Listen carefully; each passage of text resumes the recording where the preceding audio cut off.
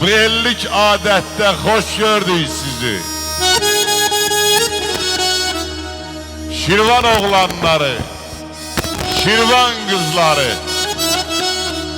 elimin obamın güzel ağarxın servinazları, könüller teması yer ulduzları, bu şanda şöhrette hoş gördük sizi, hoş gördük sizi. Məqsəd Aranlı'da qonağınızdır. Məclislərim sizin dövranınızdır. Ne kadar gazel desem, şiir desem kurbanınızdır. Bu şanda şöhrette ne tersen hoş gördük. Bu şanda şöhrette, bu ellik adette, güzel ziyafette hoş gördük sizi, hoş gördük sizi, hoş gördük. Hoş gördükten sonra demek istəyirəm ki, şənini vəsf etməyə yeter, qüdrətimi yeter. Ulduzunu aydı göydə mələhlər öpər. Hər rəngində ya qazi, ya şəhid bir mən bitər.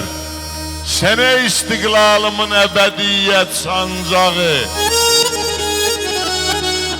sənə istiqlalımın əbədiyyət sancağı biraz.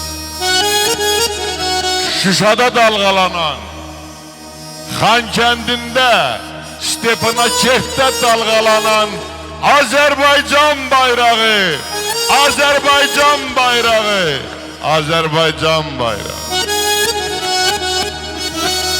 Size kurban olun.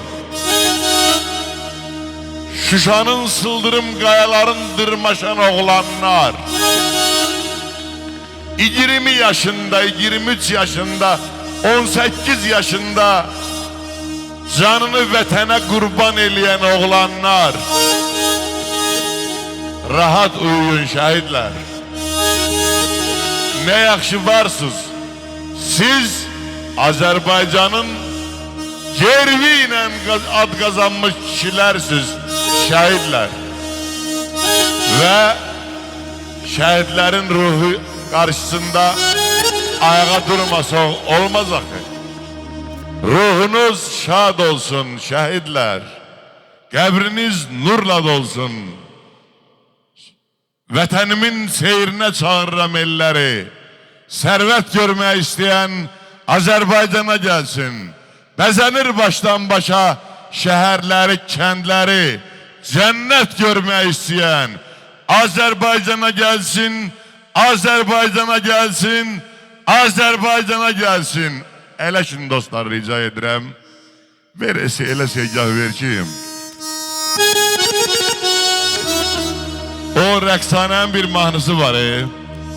Mən səni görmək istəsəm hara gəlim? Mən bu dəqiqə Azadı görmək üçün hara getməliyəm?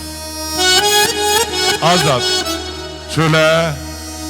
Azad, biz səni çağırırıq.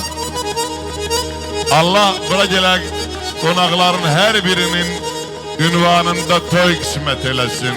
Toy.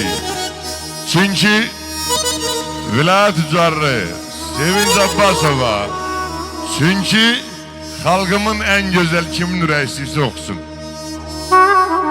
Gel Seva, gel başına dönüm. Ben düzgün elə, gösteriş ver, görün, harda çalsınlar. Xalqımın